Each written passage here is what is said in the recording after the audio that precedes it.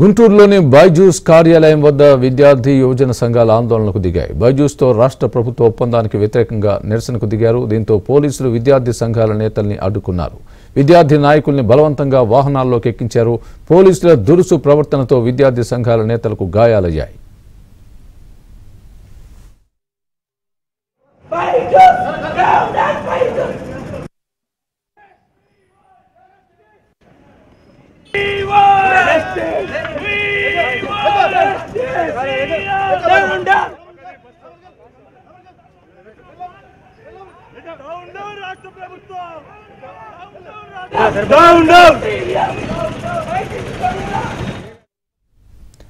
$3,500 కోట్ల ప్రజాధనాన్ని ప్రభుత్వం బైజూస్ కు కట్టబెట్టిందని విద్యార్థి సంఘ నేతలు విమర్శించారు. దివాళా తీసిన బైజూస్తో ఒప్పందం వెనుక కుంభకోణం జరిగిందని ఆరోపించారు. వెంటనే బైజూస్తో ఒప్పందాన్ని రద్దు చేయాలని డిమాండ్ చేశారు.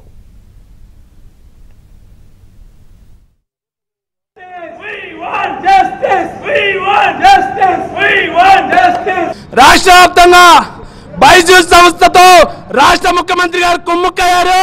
కేవలం 1000 కోట్ల రూపాయల ట్యాబుల్ని 3,500 కోట్ల రూపాయలకి వీళ్ళు కొనుగోలు చేశారు.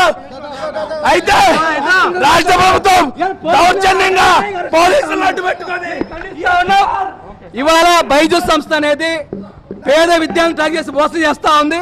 ఇవాళ రాష్ట్ర ముఖ్యమంత్రి గారు బైజూస్ సంస్థ మీద విచారణ చేయించాలి. ఇవాళ విచారణ చేస్తే రాష్ట్ర ముఖ్యమంత్రి గారు ఏమని ముద్దే తప్ప ఇవాళ బైజూస్ సంస్థ విద్యార్థులను టార్గెట్ చేసి లక్షలాది రూపాయలు వసూలు చేస్తా ఉన్నారు. ఈ బైజూస్ సంస్థ ఎవరంటే లక్షలాది రూపాయలు చేసినట్టే పేద విద్యార్థులు. ఇవాళ 750 రూపాయలు కొనుగోలు చేసే ట్యాబుల్ని 1,500 రూపాయలు పెట్టి ట్యాబులు కొనుగోలు చేస్తా ఉన్నారు.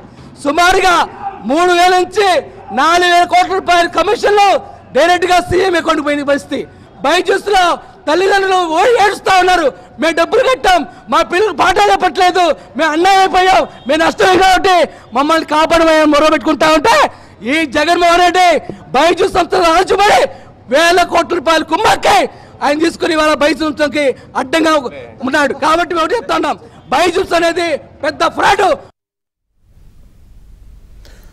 కృష్ణా జిల్లా అవనగడ్డలో డిఎస్పీ అభ్యర్థులు ఆందోళన బాటపట్టారు. మెగా డిఎస్సి ఇవ్వాలంటూ నిరుద్యోగ జేఏసీ ఆధ్వర్యంలో రాస్తారోకో చేపట్టారు. ఒక్కసారిగా వందలాది మంది అభ్యర్థులు రోడ్డు మీదకు రావడంతో ట్రాఫిక్ కు తీవ్ర అంతరాయం ఏర్పడింది. మోసమంటూ చెప్పులతో కొట్టుకుంటూ నిరసన తెలిపారు. 4.5 ఏళ్లుగా జగన్ ప్రభుత్వం తమ జీవితాలతో ఆడుకుంటోందని మండిపడ్డారు.